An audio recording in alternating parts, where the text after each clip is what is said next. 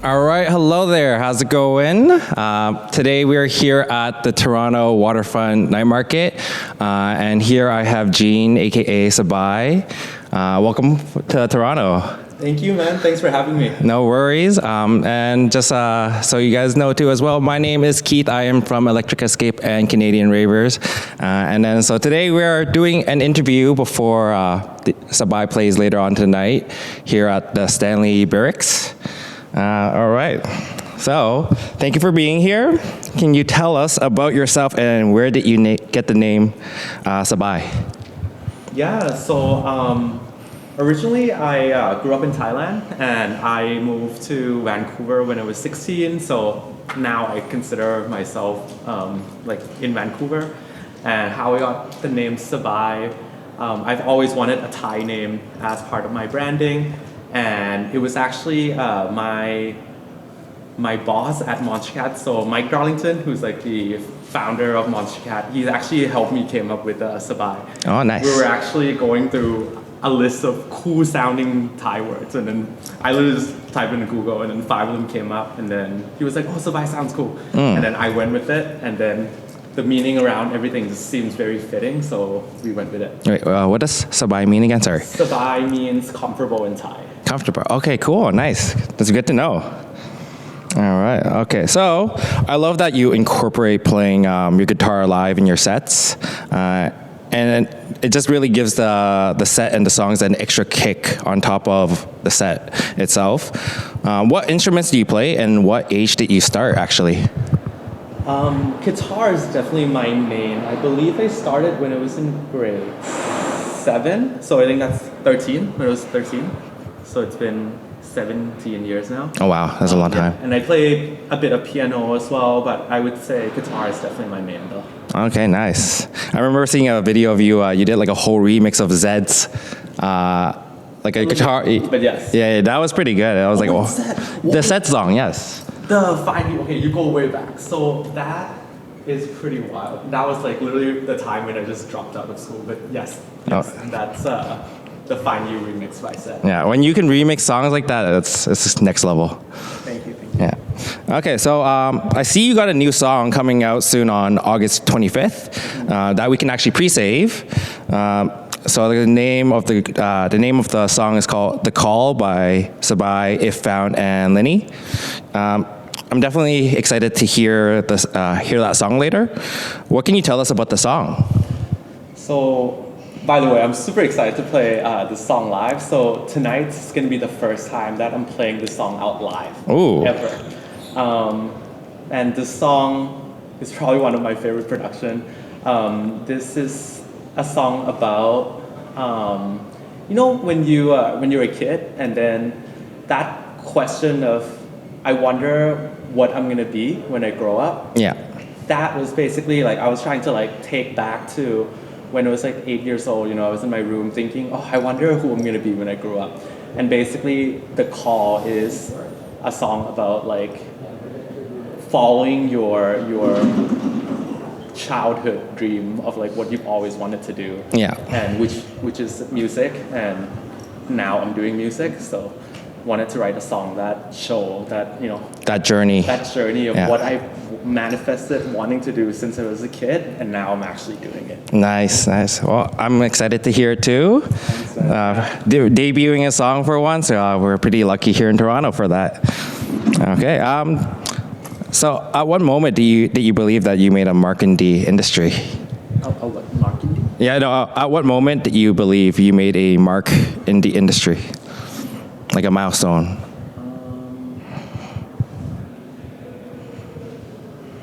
When I had a collab with Elefante, the Love Again collab, and then when Elefante reached out to me to go on tour with him, and then when we went on tour in the US, that was when I was like, wow, like I have fans that are like singing along to my songs, coming out to see me and Huang perform together. Yeah. That was when it started to feel real, that this could really be a thing that I can really go all out on. Yeah, because I'm actually surprised because I remember checking out, like I know the song and I remember checking the videos out. And I was like, wait, Elefante's actually singing this? Yeah. Yeah, that's crazy because like not a lot of DJs also like sing and like play a set at the same time too. So that's crazy. Yeah, Tim, Tim, extremely, extremely talented. You know, he plays piano, guitar, also sing, amazing songwriter. Yeah, so I'm so like lucky and grateful that we get to like have a song together. Yeah, shout out to Tim. Shout out to Tim. All right. So I know Huang and you debuted Million Days together, and now you guys are going to be on tour as well. Aside from Elefante and Yatep, who you've worked with together as well, especially since you made a demo for Tim, and then you guys had the song Love Again. Are there any other artists that you would love to work with? Yeah, like definitely like a few, but I feel like it's more so like if it feels right, I'm gonna like let it happen. But the artist that I really, really looked up to is Griffin and Dabin and Slander. So yeah, like there's something about like, especially Griffin and Dabin, I think the fact that they both play guitar. Yeah. And I don't know, I just feel like I really, really look up to both of them, and same with Slander, and that would be like my dream collab. But we'll see. I was actually thinking about how would it be if you both play guitar at the same time, like, because then that would be crazy, like. Yeah, so we actually did that live with Elefante during our show in LA. Okay. So we built like a longer section for guitar solo, where he did like, Tim did like his own guitar solo for like 16 bars, and then I did my own guitar solo for another 16 bars, and I thought it's really, really fun, and I actually want to do more of that. Yeah. But yeah, so like, you know, if there's another collaborator that I could do guitar solo live with, it'd be really cool. Okay, I'm excited for that. So off the top of your head, what's your favorite memory of being a DJ or producer?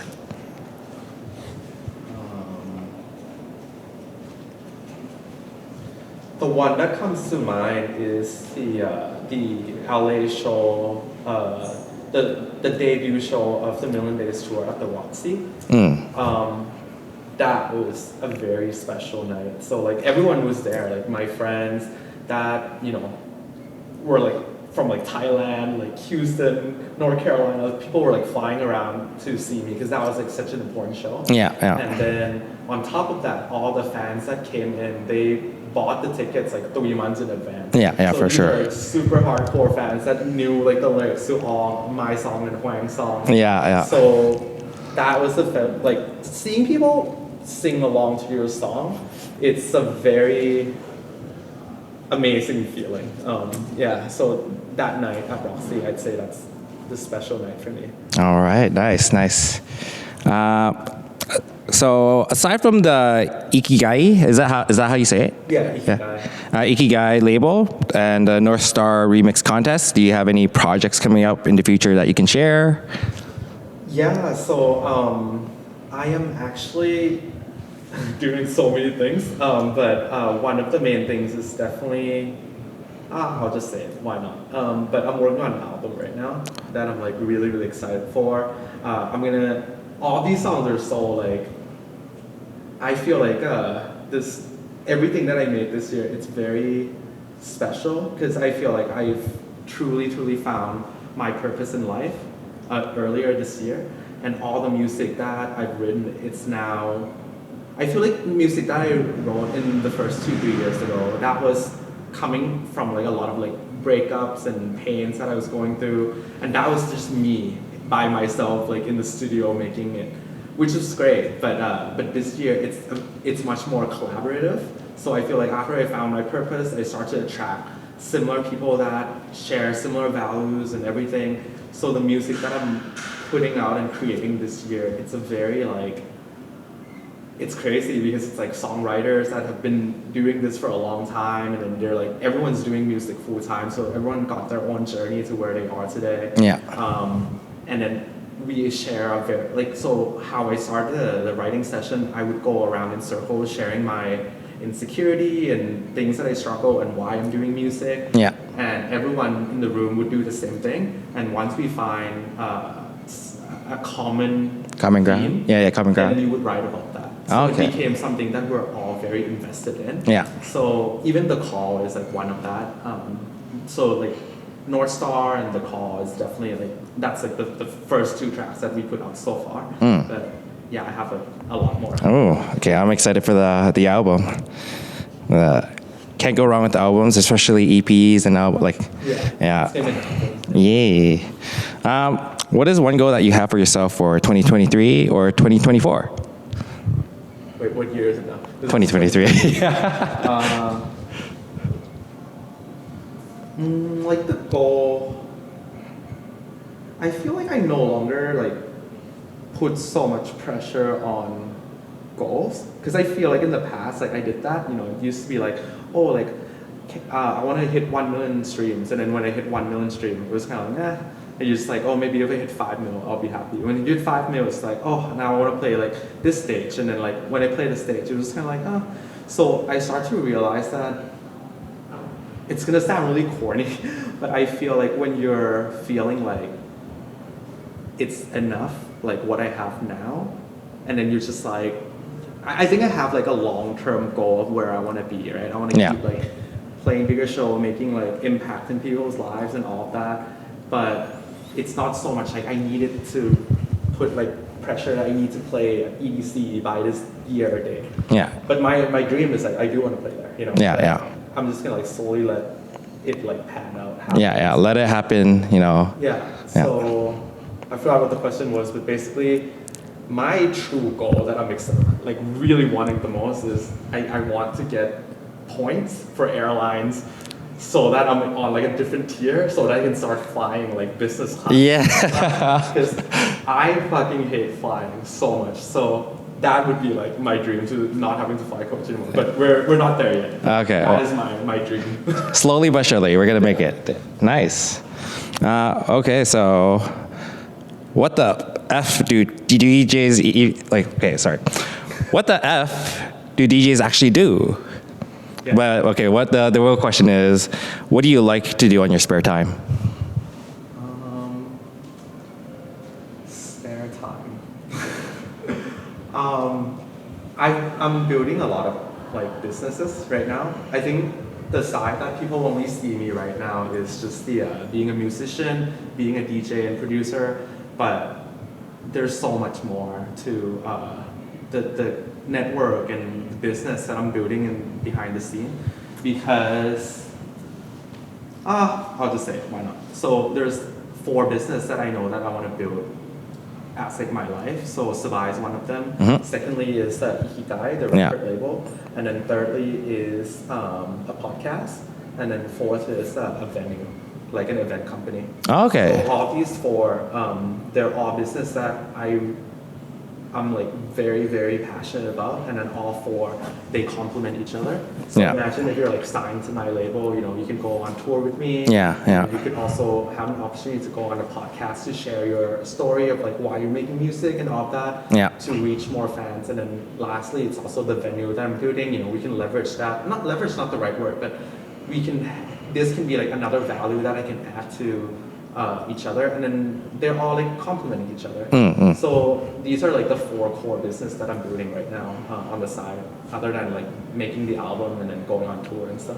Okay, gotcha. And I love the part where you have Ikigai, because basically you're giving back, or like you're giving forward the experience that you're able to have yourself from Monster Cat. Like I remember Seven Lions, he did like a contest for his song back then, and then out of that contest, he had a whole playlist of remixes, and like that was able to help other producers come forward as well. So I love that you're doing the same as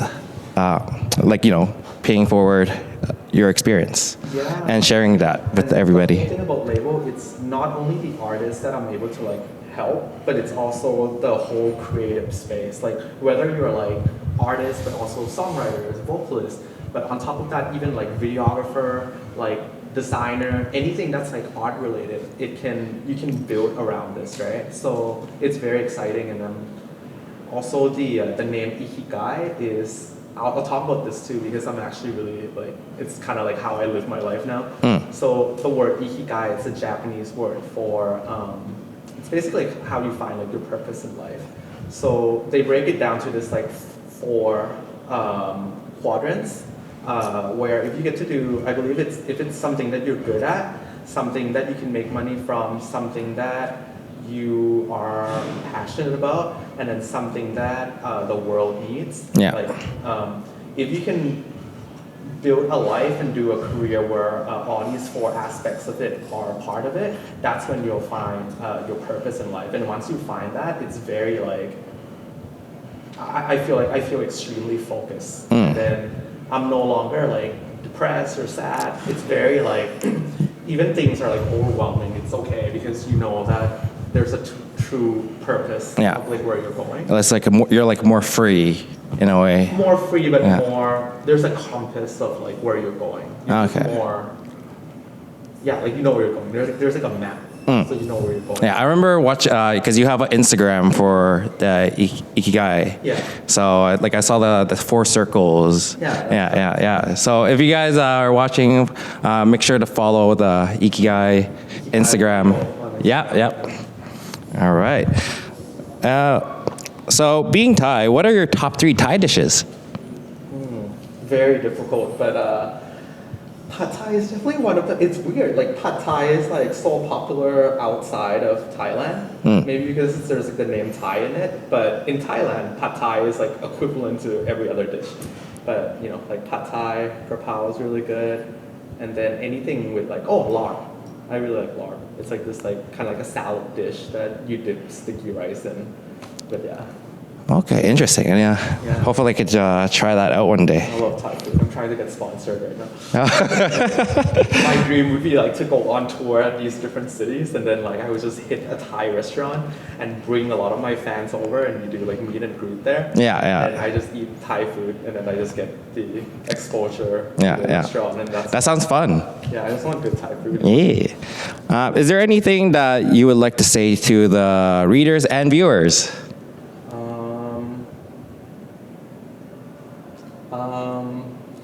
Reader and viewers. I'd say believe in yourself and whatever you, might be a bit long, but I think this is important. I really believe that everyone is always have to like make a decision whether to trust your brain to make a decision for you or your heart to make a decision for you. And then every time, like your brain would be like, go to school, graduate, stick to like the 9 to 5. Your brain is telling you that like that's like the logical, smart move to do because it's safe or like whatever. But if your heart is telling you that like you're really unhappy being here and then there's like something else that your heart is telling you that you could do more, the longer that you're trying to listen to your brain over your heart, the pain is just gonna keep getting bigger and bigger. And one day it's going to burst. And I believe that the more that you're letting yourself to follow your heart, it will be so much more comfortable because that's where like life is supposed to like let it happen. So basically, just trust your heart, believe in yourself, trust into your intuition, and things will work out if you just put your work hard at it. I love that. All right, so those are most of the questions from the interview, and we're gonna move on to the lightning round.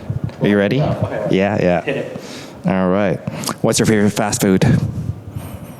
Popeyes. Popeyes. Okay. What about what's your favorite drink to order?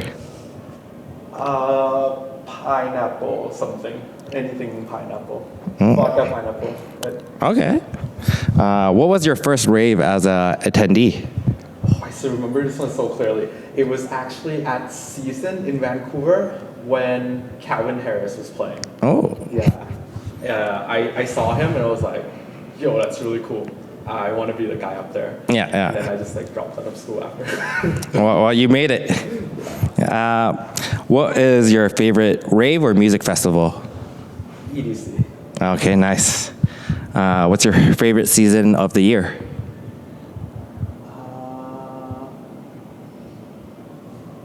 It's not summer, but it's like summer's too hot, but what's the season when it's like not raining a lot, but it's like more cloudy? Fall? Autumn? But it rains in fall, right? Sure, fall. It's either fall or spring, but spring it rains, right? Sure, like that season, like the no rain season and a bit cloudy. Would that be winter then? Okay, fall. You say SABAI likes fall. Okay. All right. What's your favorite color? Blue. Yes. Team blue for everybody. Yes. Okay. These are a little different. Starbucks or Tim Hortons? Starbucks. Yes. House or trance? House. Oh. Dubstep or drum and bass? Dubstep. Yeah. Dubstep, good. Tech or psytrance? Psytrance. Yeah. Day or night? Oh, hard. Day? Day. Okay. Cold or hot? Cold. Okay. And then this is the last one. Who is taller, SABAI or Huang? Like, we need to end this because like it's not even a question. I'm like a feet taller than Mike. I'm taller. And like I get really offended because like sometimes like, fans come up to me and they're like, oh my god, like Huang, like I love your music, and I'm like, I am so much taller than Huang. What do you mean Huang? This is fine. Yeah. All right. Well, we can maybe we can have a comparison after and then end. But yeah. Actually, before we go, there's like this one thing that like so many like fans do, and it's kind of funny, so I'll just put it out there because it happened like at every show, and then there'll be like a fan that like run up to us at the show, and then they're like, oh my god, SABAI, Huang, like love your music so much, like I'm like your #1 fan, we love your song Million Years, and then I'm like, that is not our song. But it's weird, like so many people thinks it's called like Million Miles or Million Years, mostly Million Years, but it's Million Days. But yeah, but I just thought that's kind of funny. All right. Well, you know what? Million Days is too good of a song. That's when you know you don't know the lyrics. Yeah. What is it? Million miles and million years. Yeah. Million months. Everything. $1 million, yo. All right. Well, thank you for being here. We have SABAI playing at Stanley Barracks tonight for 10:30 to 12. So hopefully you guys are there to catch the set. And yeah, I'm excited to get to see you play because I missed you playing here at Nest because I was at Escapade. But one thing I will say is that I still remember that time I saw you at County General. It was that, yeah, my friend Pat was like, oh, SABAI, he's like a upcoming DJ. It's nearby in Scarborough. We want to go check it out. I'm like, yeah, let's go. So shout out to Pat for bringing me there. And yeah, that was a good night. Yeah, that was crazy. It was like my first time playing in Toronto. It was like maybe like 100 people. Yeah, it was a small venue. Even less. Yeah. But yeah, welcome back. And till tonight, we're gonna party hard. And yeah, thank you for being here. Thank you guys. Yeah, thanks, Gene. Thank you, man.